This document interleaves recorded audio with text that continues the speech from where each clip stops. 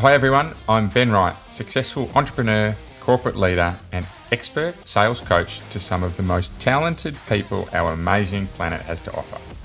You're listening to the Stronger Sales Team podcast, where we bring together and simplify the complex world of B2B sales management to help the millions of sales managers worldwide build, motivate, and keep together highly effective sales teams. Teams who grow revenue and make their businesses actual profits. Along the journey, we also provide great insights and actionable steps to managing your personal health. A happy and productive you is not only better for your teams, but everyone around you.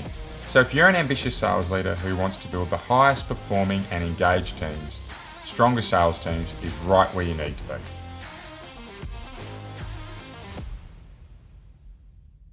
Welcome back to Stronger Sales Teams, the place where we provide real-world and practical advice to help you develop superpowered sales teams. Today, all the way from New Braunfels in Texas, we have Stephen Rhyne joining us. We've just had a fabulous discussion around where he started, life, 4 teenage daughters, where I live, and personally, I really enjoyed having a few minutes with Stephen, so I think we're going to have a great recording today. But before we do so, let me introduce Stephen and then I'll hand over to him. Stephen is currently the CEO of ConveYour. He was also the founder there, but essentially what ConveYour do, and I'll let Stephen explain it himself, is that they help large businesses in particular onboard, train and retain more reps for over a decade now. So Stephen himself, he's got about 20 years of sales experience, and everyone who listens knows that I love to talk to people who have carried the bag, because I think it gives you so much deeper experience when it comes to leading people. So Stephen, with 20 years experience, I think we can say he knows what it takes to build, rebuild and train successful teams. But Stephen had a great story, and I'll share some of it now. He actually started selling knives with Cutco, and I think here in Australia, the first thing we will think about is Tim Shaw from Dentel, all those advertisements selling knives. It wasn't that type of company. Cutco was very, very different, but he eventually developed the rep management software, essentially that has launched his software company today. So ConveYour today, it's all about simplifying back office and admin tasks so that you can actually scale your field teams with some serious momentum. I think in the last year, Stephen, he's done about 500,000 potential representative interviews just with one company, which is pretty amazing to think, right? Just one company, right? 500,000 rep interviews. Now, it must be a huge company. We can talk about that later. But as I said, he now lives in Texas. He's got 4 teenage daughters. And I'm really looking forward to talking with Stephen today, because we're actually going to have a really good look around finding and onboarding talent, which is a really difficult part of any sales leader's role. So first of all, Stephen, thank you and welcome to the Stronger Sales Teams podcast. Thank you so much for having me, Ben. My pleasure. Can you tell us a little bit about yourself or ConveYour, choose your own adventure here, before we get into finding and attracting talent? Yeah, so as you said, I started my background in direct sales with Cutco, and I cut my teeth learning how to sell, actually hit kind of Hall of Fame with that company in the sales role, just individual contributor. And then I took a little stint as a technical recruiter, actually, and that's where I was really introduced to technology. Eventually came back to Cutco, and I had an opportunity actually to take some of this technology experience that I've learned and build out their sales rep relationship manager. So it's like the cat herding tool, so to speak, because remember, these are all 1099 based sales reps. So that was where we really started the company. And I actually, not everybody knows this, but ConveYour started out as a platform used by speakers and trainers and thought leaders. I kind of left the reservation a little bit and really wanted to get out of my experience with direct sales and go build like a micro-learning, corporate micro-learning platform. And ultimately, after many years of doing that, I came full circle, came back to the industry that I love so much, which is this space of helping basically any company that is needing to have very large field-based teams. So, I mean, that doesn't just have to be consumer wares or home services. We work a lot in the spaces of solar and pest control and home security, but also real estate, insurance. When you have to get a lot of the same role and you have to grow an org, whether that be real estate or agents or any kind of agency, you have to do that really, really, really efficiently and at mass scale. Another one that we see a lot is like the gig economy or the need for technicians. And so those are other places that we play in.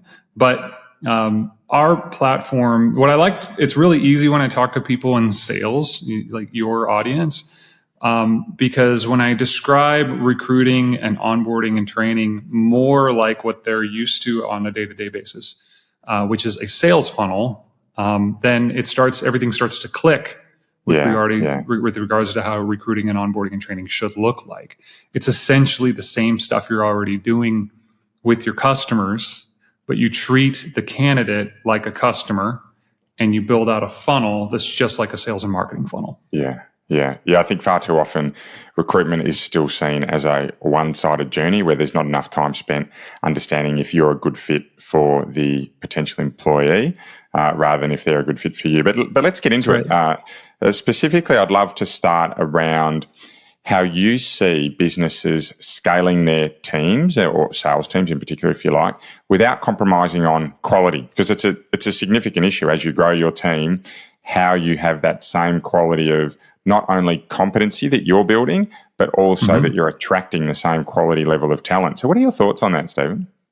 Yeah, how do you maintain quality? Okay, so first I would say that there's always going to be the thing where this sounds counterintuitive, but recruit more. Okay. So have you, it sounds oppositeville, but just bear with me. So, a common thing you hear in the SaaS world, my world, software as a service world, is when you're hiring reps, hire in pairs, or when you're initially hiring sales reps, hire multiple, because you don't know what you don't know. And so if you hire one, you think that's your limited. You have to train that person. But what I've seen time and time again happen is that companies don't want to grow into pain. So when they don't create efficient ways to recruit, they settle for the quality in which they can get now. So they don't want to let go of that rep or create the companies that recruit like crazy can set a higher bar in terms of their expectations because they just can. They can say no to a rep, or they can cut the bottom 10% because they have the power to bring in more potential recruits. Now, so everything comes down to, in terms of quality, I think comes down to having the willingness to say no, or the willingness to say it's not working out. But if you can't say, you don't have the willingness, you're scared to lose your existing people that are almost hitting quota, or almost, doing the role well. And if I could just work on this one person, to get them across the finish line. Now, granted, we were a training platform, so I care about the, training reps. Okay, but in terms of understanding that, the more you pay down the cost to bring in more potential, it's just like sales. If you have poor quality prospects coming in, you're going to say yes, you're going to make discounts, you're going to do all of those things, all of the concessions that you would normally do, because these are the only prospects. It's like you accept the world with which you've been given, right? And so building the top of the funnel more actually makes you be able to have higher quality. Yeah, great. There's a couple of things coming out of that. And I'm certainly an advocate of, when you are out hiring for sales teams and you're hiring for growth, is to hire more than one. Salespeople, we are inherently hired because we are good at building relationships. You might call that influencing. It doesn't really matter, but we should be very proficient at interviews. Certainly when you compare us to other roles at a comparative level, salespeople should really know how to nail an interview. However, what that can do is mask whether or not they're any good at their job. And unfortunately, interviews, there's a role for them. I think they're somewhat flawed as the only data point that you have, plus, say, referees to hire people. But there's obviously lots of work being done around that at the moment. But certainly, if they're so strong in these interviews and they're backing themselves in that much, then put a few of them on.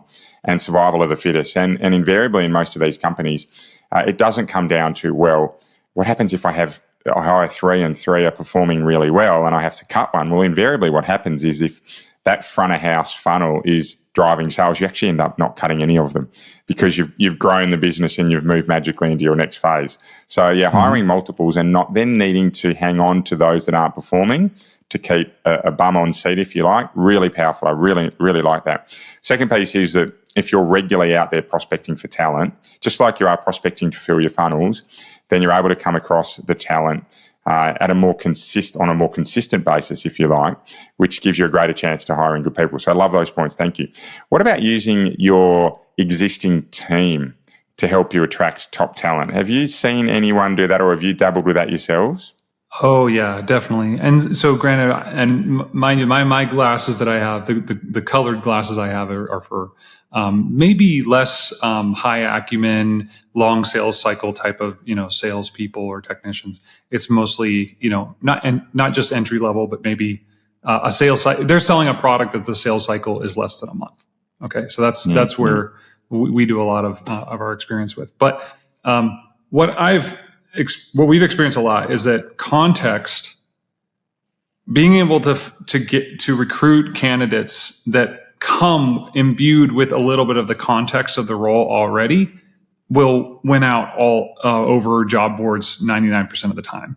And so, it's the referral. Now that sounds like a basic, like everybody's, of course, getting one salesperson to refer the role out to another, of course. But the devil's in the details, and what we're always saying is like, build a stupid, easy way for your existing reps or your existing people to sneeze out the role. Do not make them educate someone on that role. Do not make them follow up with that person.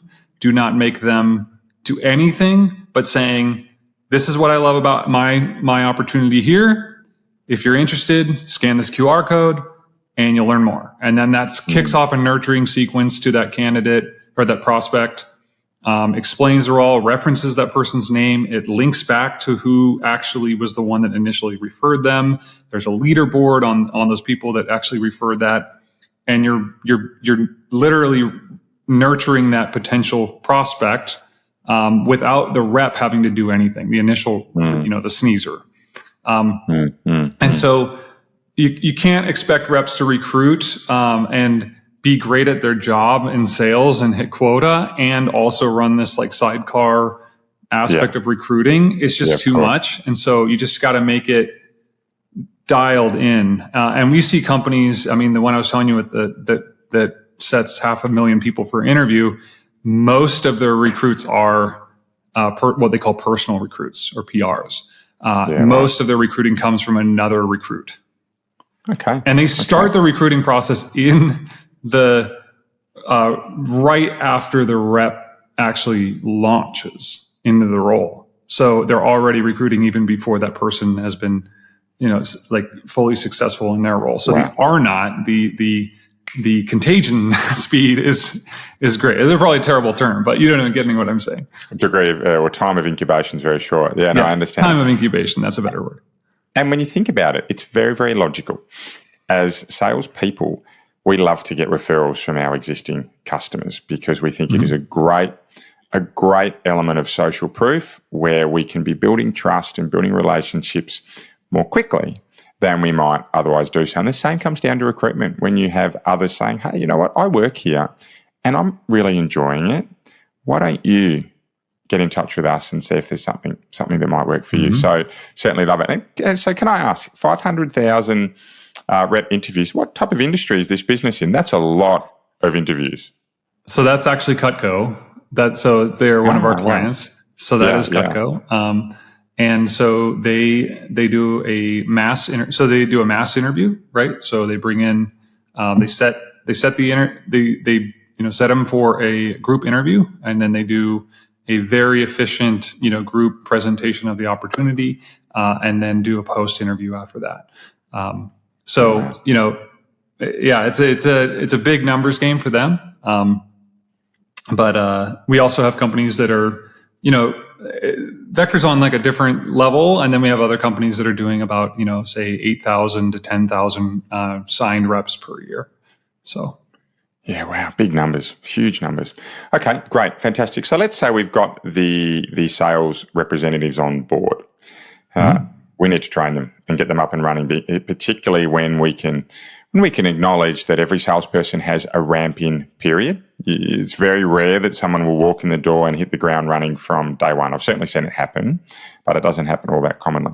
So how do you go about onboarding sales reps to make sure that we can actually get them running as quickly as we possibly can? Yeah, so this is a thing I'm passionate about because in our space, the recruiting process doesn't end with an offer letter. Even in we have in the U.S. in the States we call it 1099. I'm curious what Australia calls the 1099 role. Is it just an independent contractor, I guess? Commission agent. Whether they're commission agent. So whether they're an independent contractor or a W-2 employee, so many times organizations start to operate as we all scale. We take departments like the recruiting department, we put them in their own little silo, and then we make the HR department, and then we make the training department. Okay, think about this. We do this with marketing and demand gen and sales. We departmentalize each one. And then, we have these conversations around your MQLs aren't great. I don't like your MQLs. They're not SQLs. And why do you, it's the same stuff that happens in the recruiting and the onboarding and the training phase. And what happens is that the rep journey, the actual rep experience for that individual candidate is trash, or it's really fragmented. So for example, you get an email from the recruiter and they give you an offer, and then you get this random email from this onboarding tool that's like obtuse and it comes this direction. And then, we've all experienced this, right? And then you get a random message from your manager saying, hey, this is your training that you need to go to. And meanwhile, you're going like, I don't know, maybe I'll look at some other opportunities out there. And that's what really happens. I call it kind of silently quitting, right? There's people that kind of silently nope out of the process and go look at other opportunities that look like there's more confidence in that space. So as a good onboarding, going back to your question, good onboarding is reselling and rehooking the candidate and like realigning with the candidate right after the offer. So once you get an offer, then it's like, here's what your onboarding is going to be like. It's going to be on Rails. It's going to be like a concierge app. We're going to explain everything that's going to happen. Don't worry. There are no dragons in the closets. We're going to do this, then we're going to do this, and we're going to do this. It's only going to take this long. This is what we expect from you. All right. There's a video of what it's going to be like to be on the team. You know what I mean? Like high five, whatever you want to do. But you're resetting the hook at that onboarding start, giving them a big digital bear hug, and you're only giving them what they need to get to the next step. So instead of a barrage of texts and emails that are not explicitly put in the right order on what's next, you're putting that on a nice rail. So for the perfect example is, we've all purchased stuff. And this is why I always say, go back to your sales and marketing activities, right? So if a customer signs up, you'd want to make sure like a good customer success manager, stewarded that onboarding and got them on. You wouldn't want, 5 emails to go out to them about the new product feature that came out when they haven't even used the first core features of the product first and things like that, right? Well, we do that to employees all the time because we just say, well, they're going to be here. They're eventually going to get it. Yeah. Right? Yeah. But what really matters is about the aha moment for that candidate is getting the first, it's about belief building. So like I always like to use the example of Uber.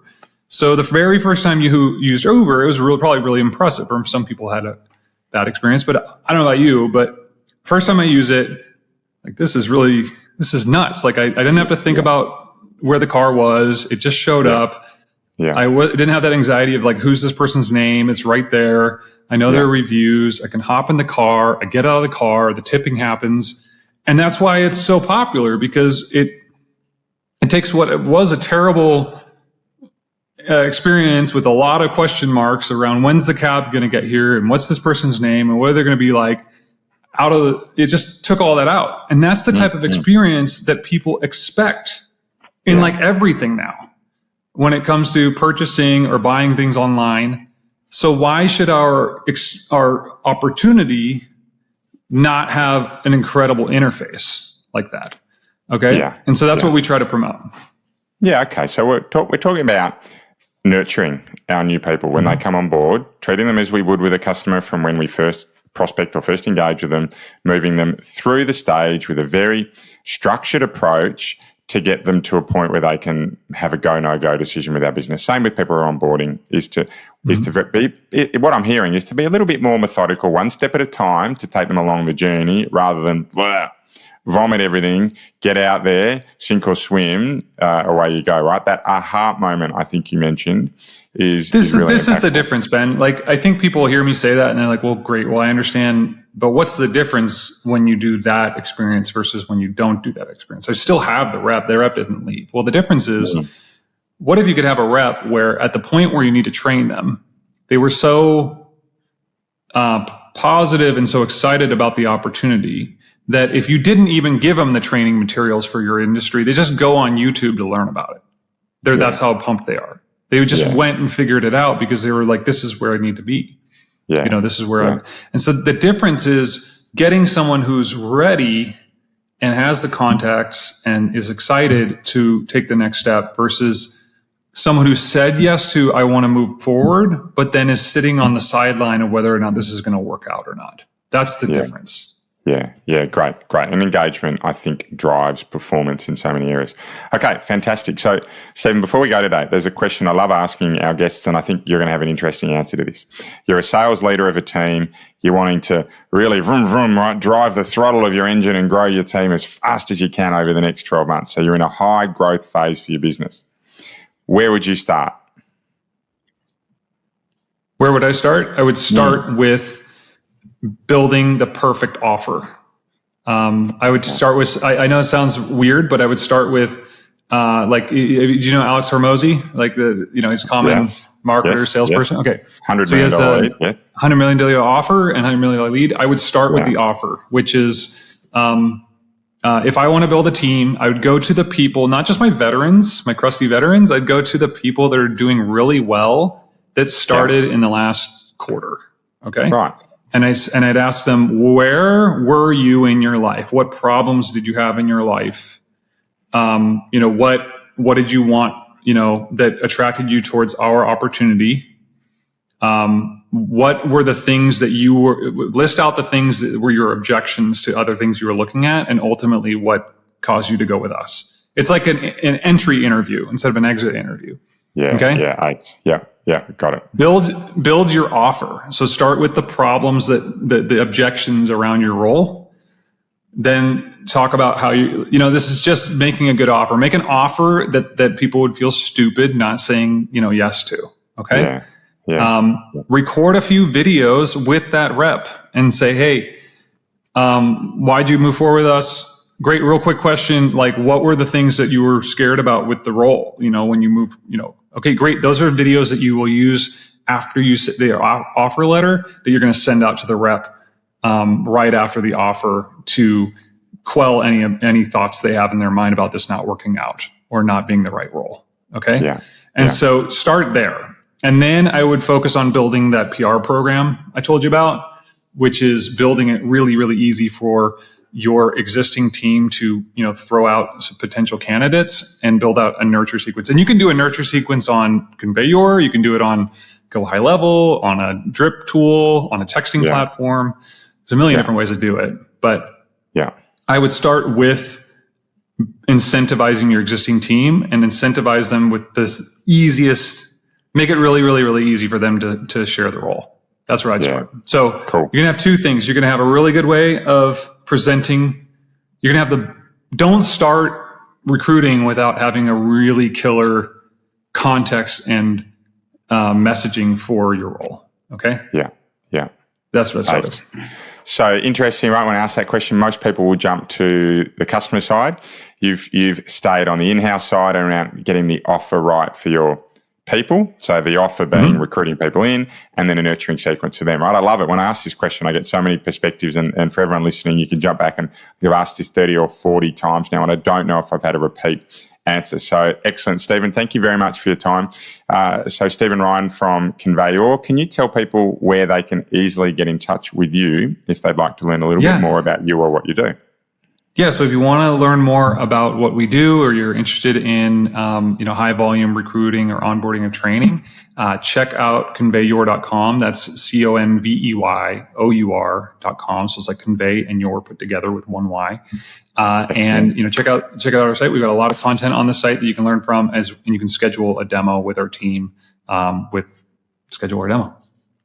Fantastic. Excellent. Well, I've enjoyed today. I really like taking a moment to focus on our people rather than just our customers. I think they're both really important. So thank you, Stephen. For everyone listening, please keep living in a world of possibility and you'll be amazed by what you can achieve. Bye for now.